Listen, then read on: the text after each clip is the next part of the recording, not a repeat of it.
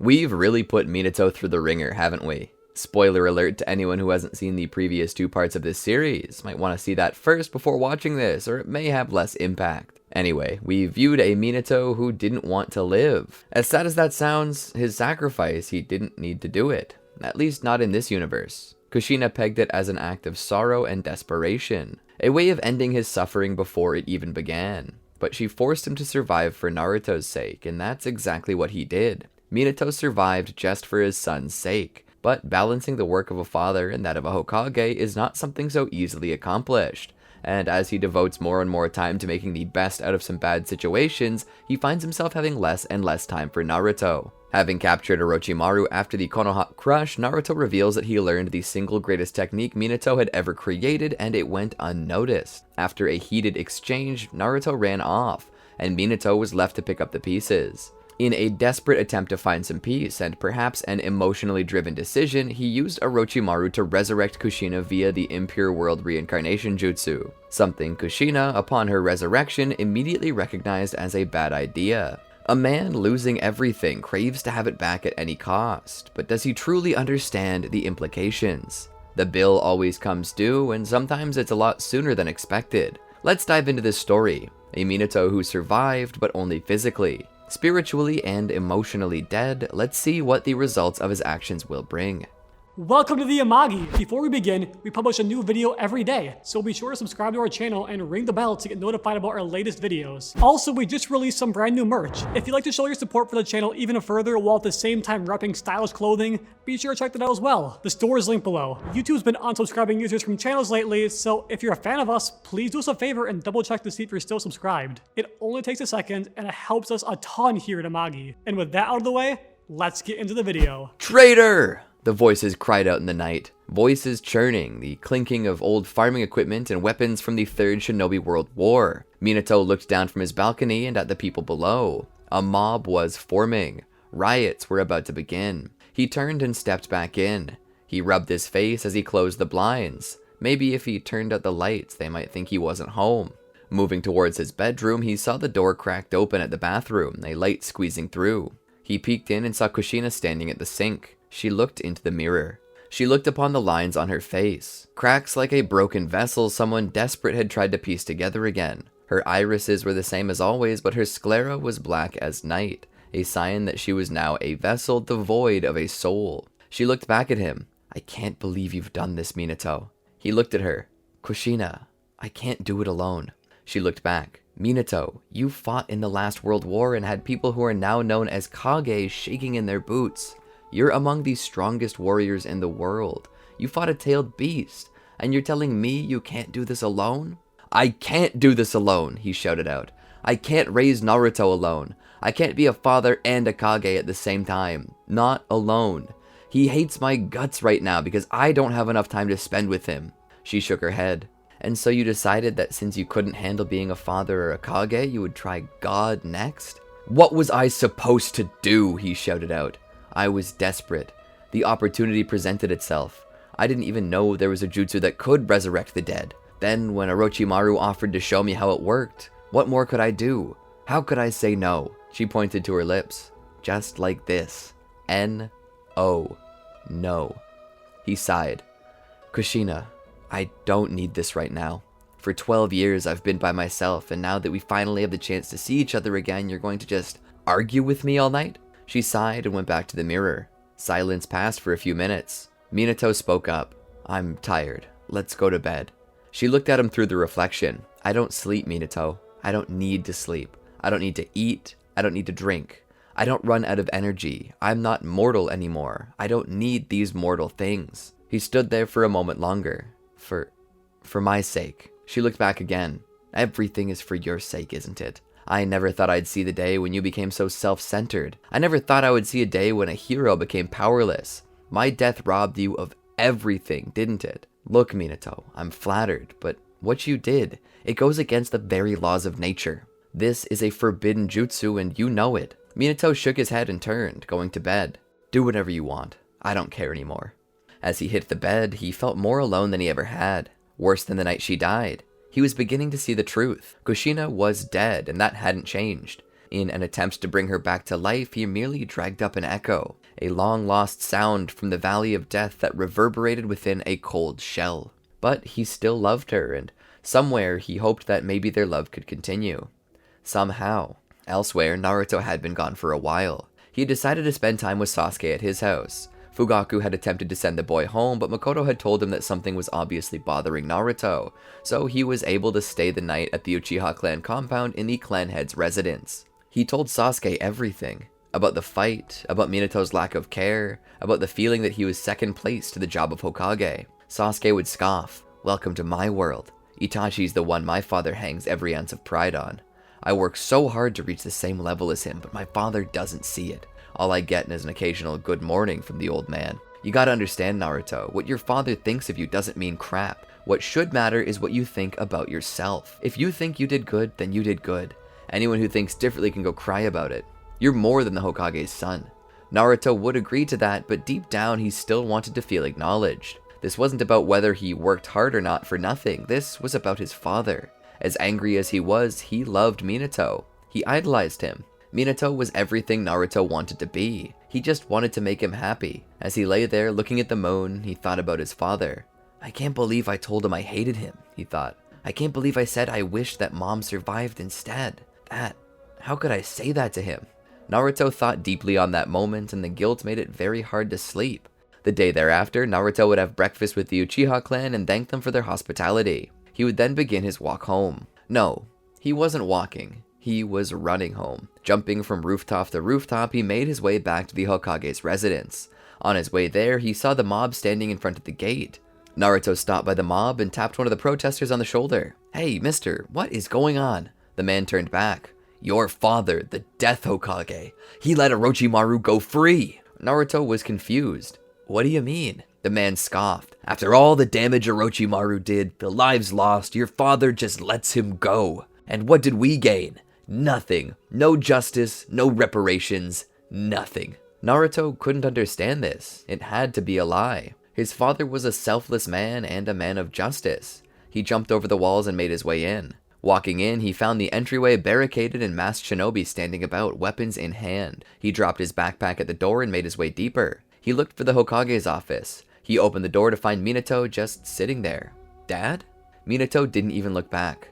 "Naruto." Naruto looked around at the trashed room. What's going on? They said that you let Orochimaru go?" "That's because he did," a voice said from behind. Naruto looked back to see Kushina enter. He stared for a moment before looking back at Minato. "Who's the creepy lady?" She slapped him in the back of his head in rage. "I'm your mother, moron." He grabbed the back of his head. "Hey, don't go slapping me, you old hag. He stopped. "Wait, Mom?" He was obviously confused. "But you're... Why? How?" Minato didn't speak. Kushina looked at him. "If you don't tell him, Minato, I will." Minato just kept staring out at the village. "I made a pact with Orochimaru. He said he'd use his jutsu to resurrect Kushina, and in exchange, I would let him go." "And?" Kushina demanded. "And I let him copy the scroll of seals." Naruto was in awe. He looked back. You let a shinobi who killed hundreds of people in a mass terrorist attack not only escape, but take our scroll of seals?" Minato spun his chair around. "It was to bring your mother back." Naruto's face began to grow redder. I can't believe this." Naruto slammed the table and pointed at Minato. "I can't believe this. I was going to come here and apologize to you. I was going to apologize for pushing you past your limits, for demanding attention when you were too busy.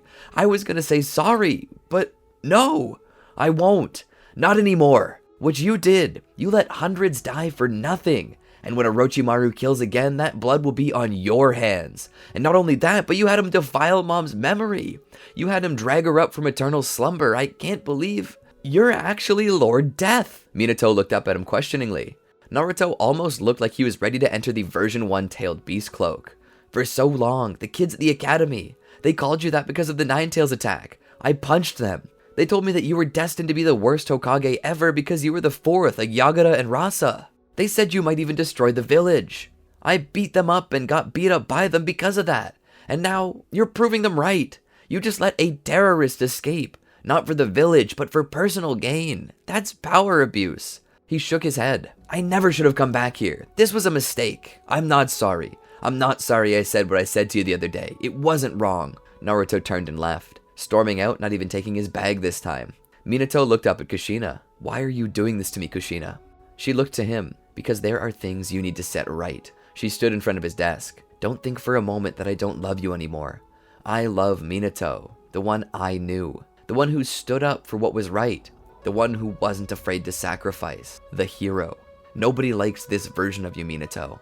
Everyone wants to see the hero. He looked at her. Nobody wants to see the human side of me though, do they? I'm some idealistic hero without flaws. Some legend. I'm human too. He walked around the table and sighed, caressing his cheek. She knelt down beside him. I know, Minato. I know better than anyone the pain you hide. The pain you fight through. But you have to understand, this isn't right. People have sacrificed their lives, and you're using their sacrifice to get back something you lost. If you can't be a father, and you can't be a Kage, then choose one. Focus on one and let the other go. Let the Hokage position go if you're no longer capable. It's what Hiruzen did. There's no shame in it. He listened to her speak. Even if I did, Naruto will never forgive me for what I've done. She gave a gentle smile. He will, but you have to set things right. He looked down. Will I have to lose you again? She nodded. Eventually I will have to leave this world and return to the afterlife. But I can't do it so long as my soul is burdened with worry. Worry for you. You need to resolve these problems or I can't move on. Tears rolled down his face. Do you hate me for dragging you back? Defiling your grave? She shook her head. To have one more day with you is worth all the gold in the world. But I would never sacrifice something that was someone else's. That's where you went wrong. You must set it right. You must kill Orochimaru. Outside the village proper, Naruto was stomping off. It was there that he saw Neji and Hinata. They saw his face a mile away and didn't even need to use the Byakugan's power to know that something was wrong. Hinata's face turned red and she looked like she wanted to run away. Hello, Naruto-kun. He looked to her. Hello, Hinata. Neji saw his expression. What's wrong, Naruto? Naruto looked at Neji. I just realized that my father is scum. Surely you exaggerate, Neji said. Naruto shook his head. No. I heard that my father let Orochimaru go, and as it turns out, it's true. But it doesn't end there. I had hoped that maybe, if it were true, that he had some explanation for it. You know, maybe he was having him tracked. Maybe there was a secret threat to the village. But no. I came to learn that he did it all for personal gain. Hinata gasped. Lord Minato let Orochimaru go for personal gain? Naruto nodded. Neji spoke up. What did he get in return? Orochimaru used some technique to bring my mom back to life as a zombie. Neji's eyes widened. A zombie? Naruto's fists clenched. My father. I used to think he was a man of integrity, who put the village ahead of his personal gain. But now I've come to realize that he's no better than anyone else. In fact, he may be worse. Well, I'm not going to let this stand. I'm going to fix this. How do you plan to fix this, Naruto-kun? Hinata asked. He looked at her. I'm going to kill Orochimaru. Surely you don't mean to go all by yourself, Neji said. If I have to. Neji crossed his arms. I would go as well, but I have a duty to my clan. I'll go, Hinata said. And you're coming too, Neji. He was dumbfounded. But Lady Hinata, what about our duty to the clan? She looked to him. I'm still a member of the main family, she stated. Until Hanabi takes my father's seat, I'm a member of the main branch. This means the duty you must fulfill is to protect me. I'm going with Naruto. That means that the only way for you to protect me is to come as well. Neji thought about it. Should we tell your father? She shook her head. We can leave him a message, but we can't tell him straight out or he'll try to stop us. Naruto's brows were raised. He had never known Hinata could be so crafty. Maybe we should bring some others, Naruto said. Perhaps Sasuke. Bushy brows? Neji nodded. Yes, those two definitely need to come with us. He then continued. But have you thought this through completely, Naruto? For example, how do you plan on finding Orochimaru? Naruto's fierce and excited expression suddenly turned to embarrassment. Actually, I don't know. Maybe I can help with that, a voice said from the shadows. The three turned to look. Neji stepped in front of Hinata and readied his gentle fist. A man bearing a swirling orange mask stepped out of the shadows. Who are you? Naruto demanded. The man stood there and motioned to himself. You may call me Toby, he said. I'm a member of a particular organization, a mercenary unit formed of missing nin. You can call us the Akatsuki. Naruto racked his brain trying to find out where he had heard that before. Toby continued. We know where Orochimaru's base of operations is located. I will gladly take you there. Neji then called out. Why would you help us? What do you have to gain from all this? Orochimaru is a traitor to our organization. When he escaped Konoha, we gave him a place to call home, and instead he attacked us. He maimed one of our members and stole their Kekai Genkai, a set of Sharingan. He also gathered information on us, and if that information gets out to the 5 shinobi nations, then the members of our group may be hunted and killed. In helping you find and kill Orochimaru, I can return to my ally what was lost, and destroy the information before he can spread it. And you can avenge your village and reclaim the stolen knowledge he took from you. Does that not sound like a good idea? Neji pulled Naruto to the side. Every sense I have is telling me this is a bad idea. We can't trust this man. Naruto looked at Neji. But what other choice do we have? We'll never find Orochimaru otherwise. We've got to take the chance. If this guy betrays us, we can just jump him. This is ill-advised, Naruto. Naruto nodded. I understand, but it's our only shot at cleaning up my old man's mess. He looked behind Neji. We'll do it. We'll meet tonight at midnight, just outside the gate. I'll be bringing 2 others with me. Tobi's head shifted to show he was pleased. He offered a salute to them before teleporting away. That night, the 3 of them prepared to leave. Naruto would stop by Sasuke's place as Neji went to recruit Rock Lee. Naruto looked up at him from the ground below. We're going to find and kill Orochimaru. Sasuke scoffed. And what makes you think that we can do this? Naruto then revealed the plan to him. Sasuke rolled his eyes. You really are all 7 colors of stupid, aren't you? You can't trust the Akatsuki. My brother's been watching them for months. They're a fringe terrorist organization themselves, with ties to the international political assassination. I know, Naruto said, but they're our only chance, and they seem adamant on killing him for maiming one of their allies and gathering sensitive information. And if we're lucky, we might learn a few things too. Stuff we can bring back to the village and use to bring them down. You assume that they'll let us live long enough to do so. Have you even asked yourself why they haven't just hunted him down personally? Why they chose to wait until someone barely Chunin level decides to kill Orochimaru to move? What was stopping them before? What about us makes them want to move now? Naruto shrugged aggressively. I don't know. Maybe we're elite shinobi. Maybe they're idiots. Who knows? We'll never know unless we go along with it. So are you coming or not? Sasuke sighed and turned back to get his gear on. Someone's got to pull your chaff out of the fire. Together they left and met up at the gate. Sasuke looked around. Is this all? Are these seriously the only people you've put on your team, Naruto? A kid who can't use ninjutsu, a stuck-up shinobi with the ability to tickle you into submission, and a girl so cowardly that she can't even stand in front of the whole team? Neji stepped forward, chest to chest with Sasuke, forehead to forehead. I dare you to impugn Lady Hinata's honor again. Lee stepped between them. Let us not fight amongst ourselves. We are all friends. We have a mission to complete, so we should all act like professionals, or we will never accomplish it. Hinata agreed with Lee's statement, pulling Neji back. Let's just do what we came here for. Naruto agreed. Yeah. Let's just put aside our differences for now and complete this. They opened the gate and stepped out of the village. In the trees away from them, they found the masked man waiting for them. Shall we begin on our way then? The group nodded. Together they began to get a move on. Back at the village, Minato was sitting in his chair. He was almost asleep. Kushina stepped into the room and saw him. She had been about to speak, but upon seeing this, her mouth closed and curled up into a small smile. She walked over and knelt down beside him. I'm proud of you, Minato. He looked down. I just don't know if I can lose you again. She stood. There are few things in this world that last. It's inevitable that we'll have to say goodbye again, but when we do, I want you to promise me one thing. What? He asked. Promise me you'll leave me with a smile, she said. For a moment, he was silent. How can I smile? Real easy, she said. Like this. She points to her upturned lips. Listen, Minato. Like I said, few things in life last. That includes goodbyes. You will eventually see me again. You just gotta be patient, okay? When I return to the afterlife, don't view it as a death. View it as me going out of town. Yes, out of town to another village to get our new home ready. It may take years, but I'll think of you always. I'll get our home ready, and when I'm done, I'll come get you personally. Minato had tears in his eyes, but his lips raised and he smiled. She then stood and offered a hand. Now, how about you and I go make the best of our time together? He took it and stood. The night passed and the morning came. Minato was sleeping late, but suddenly the door was nearly kicked in by a guard, and both Kushina and Minato awoke. Lord Forth, you've got to come see this, the man shouted out. Minato sat there in bed. Fine, I'm coming, just close the door, please. The shinobi seemed to grow flustered. Of course, Lord Forth. He closed the door. Minato sat there and sighed. Duty calls. He looked over and kissed Kushina. I'll see you later, Ku. Work calls.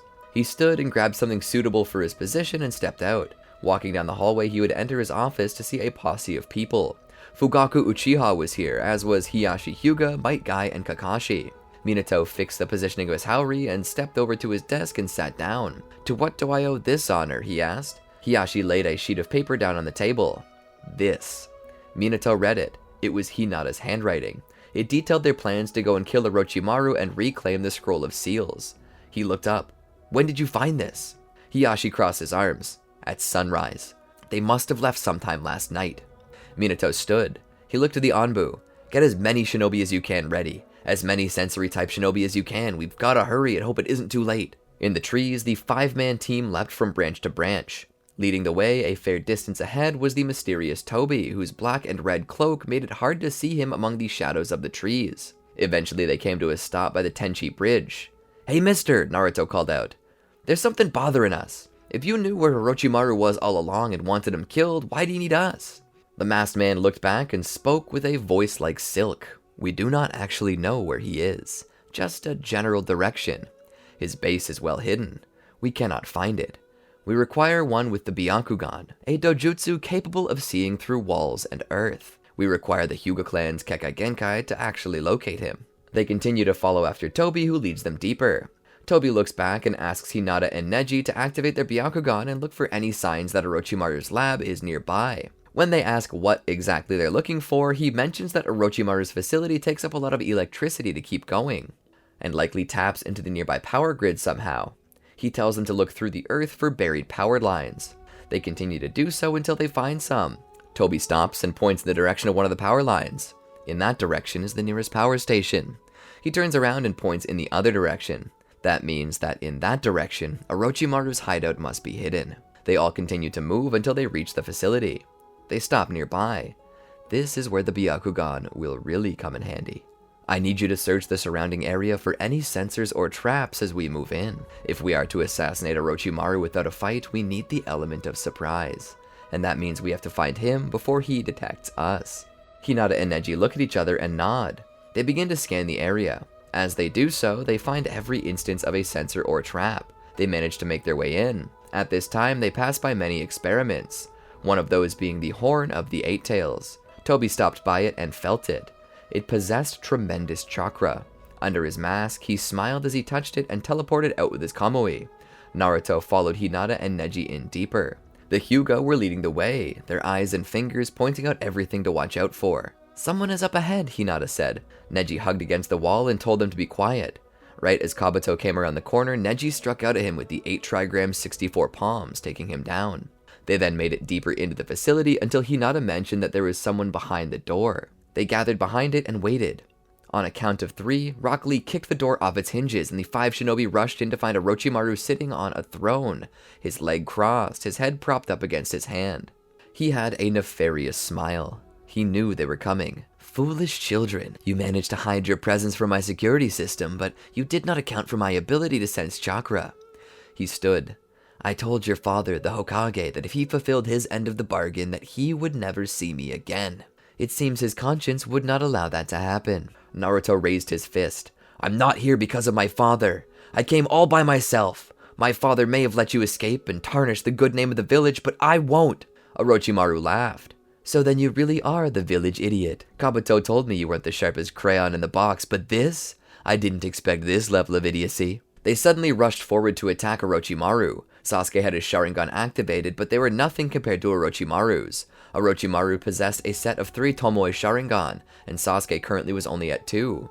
They started out with a pincer attack. Sasuke would come in from the right, and Rock Lee in his 3rd gate rushed in from the left. As Sasuke came in, Orochimaru raised both arms to stop the kicks of both opponents from striking him. From the front, however, Neji and Hinata ran. Hinata was ready to use her gentle fist to defend Neji as he begrudgingly followed her in, ready to let Hinata spearhead, and himself to use the 8 trigram 64 palms to shut down all the major tenketsu in Orochimaru's system. Meanwhile, Naruto in his version 1 cloak raced across the ceiling, dropping behind Orochimaru where he prepared a Rasengan. He rushed forward with it in an attempt to strike him in the back. To his surprise, Orochimaru jumped into the air, dragging Lee and Sasuke with him. Naruto couldn't stop and accidentally struck Hinata with the Rasengan, sending her flying back. Blood began to run from her nose and mouth as the Rasengan's impact had seemingly done some internal damage. Neji skid to a stop. "Lady Hinata!" Neji wanted to berate Naruto, who was already apologizing, but before they could continue, Orochimaru came down upon them, using Lee and Sasuke as clubs to smash the ground and send Naruto and Neji flying. He then proceeded to toss Sasuke and Lee into the nearby walls. "Where did that orange-masked man go? He disappears right when you need him the most." Orochimaru laughed. "You foolish children. It's a wonder you made it this far.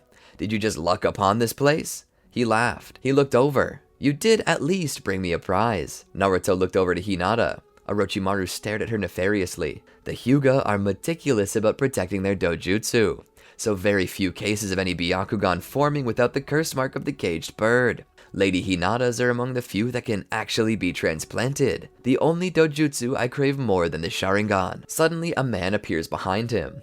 A dojutsu more desirable than the Sharingan. I can believe it, but I highly doubt that it's the simple Byakugan. Orochimaru turns around to see him. "Who are you?" Toby clicked his tongue. "I suppose you wouldn't know, now would you? After all, I'm not one to show my face." Orochimaru noted the cloak he wore. "The Akatsuki, huh? A bunch of fools and short-sighted brutes." Toby stood there. "We're only fools and short-sighted brutes to those too short-sighted to see what we strive for." Orochimaru scoffed. "And what you strive for is anarchy. The fall of every nation and the institution of a single dictatorship that rules by fear." Toby's single visible eye narrowed behind his mask. From behind him, he dropped the chain. "You left the organization you swore your life to, and as such, you forfeited your life. Goodbye, Orochimaru." Toby ran towards the snake. Orochimaru cackled, seeing the bluntness of his attack. A head-on attack? He couldn't be this foolish. He rushed towards him as well. At a certain point, he would come to a stop and extend his hand out. Snakes shot out from them. But to Orochimaru's surprise, the masked man phased through both them and him. Suddenly, Orochimaru found himself caught in the chains. What? Suddenly, the chains were tightened, and Orochimaru was severed in two. Toby turned around and looked at Orochimaru. But Orochimaru rose from his body in the form of a snake and attempted to capture Toby. Toby would phase through the venom. "Oh, come on now. Is that really your last-ditch effort?" Toby would weave hand signs and send a fireball at Orochimaru, burning him up and turning him to ash. Naruto stood and celebrated by pumping his fist into the air with a spinning jump. "Heck yeah, we did it!" Neji was currently checking on Hinata, tending to her. Sasuke stood, gripping his shoulder. "You destroyed Orochimaru's body? Didn't you want to take his Sharingan back from him?" Naruto stopped and listened. Sasuke continued. "I haven't seen any intel on you or your organization, and the single reason you came, to take back those Sharingan, is now impossible. What did you really come here for?" The others perked up and looked to Toby. Very observant, but I would expect no less from an Uchiha. Suddenly, Toby flickered and raced forward, putting a fist into Naruto's chest, knocking him through the doors. Following him out, Toby turned back and put his hand on the ground, summoning a thick wooden sculpture that blocked the exit. He then grabbed Naruto by the collar. "Come with me, Ninetales." On the other side of the wood, they attempted to break it down. Lee would command them to get out of the way. When the way was clear, he opened up his fifth gate and rushed forward with a kick that shattered the wood and allowed them out. By the time they broke through, Toby was gone, and so was Naruto. Outside of the facility, a very good distance away, Naruto opened his eyes. Where? His blurry eyes cleared just enough for him to make out Toby's face. The man stood there menacingly, finally awake now. Naruto shook his head. How did you know I was the Ninetale?" Toby scoffed. "It was obvious. The way you use its power. I saw your usage of it during the exams, but I suppose that wasn't what gave it away. What really gave it away was me witnessing you gain its power on the day of your birth." Naruto's eyes widened. "Huh?" The man stood there. "October 10th. 12 years ago, I did to your mother what I'm about to do to you." He gripped the zipper of Naruto's jacket and pulled it down, exposing the 8 trigram seal. "Your father once stopped me from taking this. In doing so, it was placed into you, the only other vessel nearby besides himself. Why didn't he place it into himself? Maybe he was too scared. Your father's image certainly keeps seeming to fall apart in front of you, doesn't it? Well, he stalled me, but I suppose he couldn't stop me. 12 years later, and it's still going to be mine." He placed his hand on the seal and twisted. A thick, black, inky substance began to pour from it, dripping out of Naruto's mouth as well. He let out a muffled cry. As the seal was opened, Toby began to pull chakra out of it. "If you have any last words, Naruto, I suggest saying them now. Once this is out, you won't ever have a chance to speak again." Minato raced through the forest with Kakashi, Hiashi and Hisashi, Might Guy, Fugaku Uchiha, and various other Anbu agents. each of which were using their sensory abilities to keep track of the children. Kakashi followed, his Ninken leading the way, keeping track of their scent. "Do you really think they can even find Orochimaru, Minato?" Hiyashi asked. Minato looked back. "I have no doubt. If it's true that they have help from the Akatsuki, then there is no doubt. But worse, I feel that they're all in danger, not from Orochimaru, but from this Toby man." "Why do you think that, Lord Hokage?" Might Guy asked. Minato gulped. "Because I'm pretty sure that he's the one who killed Kushina." They reached the Tenchi Bridge. Pakun sniffs around a little. "They were through here," he said. "They went that way." He pointed with his nose. Minato stepped forward. Suddenly there was an explosion in the nearby forest, and an expulsion of intense pressure and chakra. There was a loud roar. Minato looked towards the distance and saw the Ninetales. "No! Naruto!" He rushed in that direction, followed closely by his squad. Just like he was known as, the yellow flash of the leaf moved as fast as he could, pulling away from the others, his emotions driving him forward, his legs burning from the speed and intensity of his jumps. But his conviction in knowing that this entire thing was his own fault pushed him forward. "He can still be saved," he said to himself. "Naruto can still be saved. I just gotta put it back in quickly and he'll survive." Those words he used to comfort himself. He came into the clearing, created when the Ninetales appeared. Trees were blown over. In the middle was a set of rocks that Kushina had been chained to, but now dangling by his wrists was Naruto, a cruel recreation of the situation that had led him this far. Nearby, the titanic beast loomed. Minato rushed forward. "Just like last time. I just gotta sever the contract and I can save him." He put a marked kunai in his mouth and wielded two more, one in each of his hands. The masked man stood there. His attire was different, his mask nothing like it was prior, but he was still recognizable, especially by the aura he gave off. An intense hatred. A hatred of the world. Yet at the same time, there was a respect for Minato in his eyes. The man spoke. "Ah, Lord Fourth, I see you too have suffered. My apologies, but I must make you suffer again. Consider it retribution for that night in Konoha 12 years ago." The chain he wielded dropped once more behind the masked man. Minato's teeth sank into the wooden handle of the kunai in his mouth, leaving a depression in the grip. But he took a deep breath. Same battle, same outcome. He rushed forward with his kunai ready. He threw one, and it phased right through the man. It buried itself in the ground behind Toby. Minato teleported and formed a Rasengan. He attempted to rush the man from behind. The man turned and charged once more. Minato threw a second kunai at the man's head, which passed through, phasing with Kamui. Minato attempted to teleport behind and smash the Rasengan into his back, but to his horror, Toby never turned solid. A crater was formed with Minato in the middle. From above, Toby turned solid once more and sent his chain out like a whip to strike Minato, wrapping itself around his throat. Minato fell to one knee and choked as Toby stood above him. "Fool, I thought you were better than this." Trying the same method twice on a Sharingan user. Even spaced 12.5 years apart, if you can remember it, then know I surely never forgot. After all, you wounded my pride that day, and scars take a long time to heal. But know that in this one moment, I finally feel like I'm even with you. Minato grunted and used his flying Raijin technique to teleport to the kunai that missed Toby. He turned around just in time to see a tailed beast bomb rolling across the ground, coming in his direction. He just barely dodged it. He looked up to see Toby, standing atop the Ninetales' head. "Consider this day the beginning of your losses, and the golden age of your curse, Lord Death." Suddenly, the Ninetales was teleported away with Kamui, along with Toby. Minato stood. He then ran to Naruto, who was still dangling by his bonds. He cut the chains and lowered his son into his arms. "Naruto! Naruto!" Naruto was hardly breathing as he leaned against Minato. "Naruto." The boy slowly opened his eyes. "Dad." Minato sat down and pulled Naruto closer. "I'm here." Naruto couldn't even look back. "Dad, I'm sorry," he said as tears began to stream from his face. "I'm sorry that I said that I hated you and that I wish Mom survived instead. I'm sorry I said that. I was mad. I didn't mean it." Minato nodded. "I know, Naruto. I knew you didn't mean it. I forgave you the moment you said it. I could never be mad at you. You're my precious son. If I could have died to bring your mother back, and I knew it would have made you happy, I would have done it." Naruto groped around for Minato's hand. Minato took it. Naruto's breathing was quick but short. "Dad, what's gonna happen to me on the other side?" Minato held him. "You'll find your grandma and grandpa. They'll take care of you for a while, and when I help your mother overcome any regrets she possesses, I'll send her to you." Naruto squeezed his father's hand. "I don't want to die." Minato held Naruto tighter. Slowly, Naruto's breathing came to a stop, and its heart lost its beat. In the distance, Minato's party watched on. They dared not approach. They all knew what it meant for a Jinchuriki to be stripped of their tailed beast, and they wanted Minato to have his privacy. Minato held his son in his arms, and at that moment, he flashed back to when he held Kushina in his arms.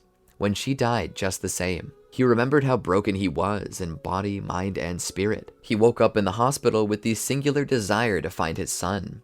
He remembered being led to the nursery where he didn't even have the strength to hold him. All he had the strength to do was to offer his finger for Naruto to grip. And now that hand was still gripping his finger. But slowly, the strength that developed over those 12 years of growth faded to nothing as his hand fell from Minato's. Minato remembered the first night he spent at home with Naruto. He didn't want to sleep, and Minato found himself holding him, bouncing him around. He recalled laying in bed with the babe on his chest. He had read that babies relax more easily when they're exposed to the heartbeat of their parent. At the same time, he too was being comforted by the infant's heartbeat. And now that heartbeat was gone. The body no longer held life. Minato had just lost the only member of his family left to him. This should not have been. No child should ever die before their parent.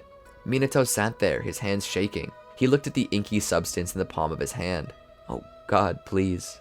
Please help me. God, please help me. He said over and over again as his breathing quickened. He didn't know what to do. He just sat there.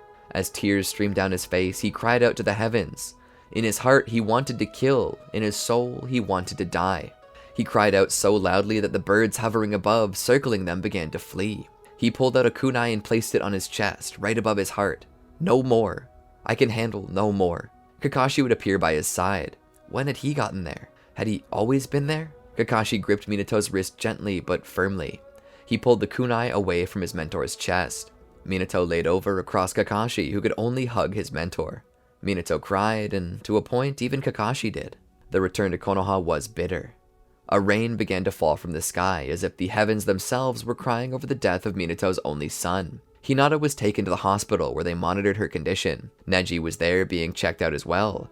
His injury was in his shoulder. It was a simple dislocation that he would surely survive, but you couldn't tell just by looking at him. Sasuke stood in his room in his home. He had left his own lecture. Closing the door to his room behind him, he punched the wall. Not just once, but twice. Thrice. Multiple times, leaving marks of blood on the wall as his rage-filled knuckles dripped. Sasuke opened his eyes to reveal the presence of a Mangekyou Sharingan. Minato stood before the open grave, wearing all black. Slowly, the casket was lowered into the ground. Minato did his absolute best to hide his tears and maintain his image as strong leader, but how could he? Who would expect such anyway? He cried openly, with only Kushina there to comfort him. Tears streamed down her own cheeks, but she was more concerned about Minato, as Kushina knew that very soon she too would return to heaven to be with her child. But in doing so, she would have to leave Minato. She began to wonder if she even could cast off her regrets now, or if they would bind her to this earth like a wandering spirit.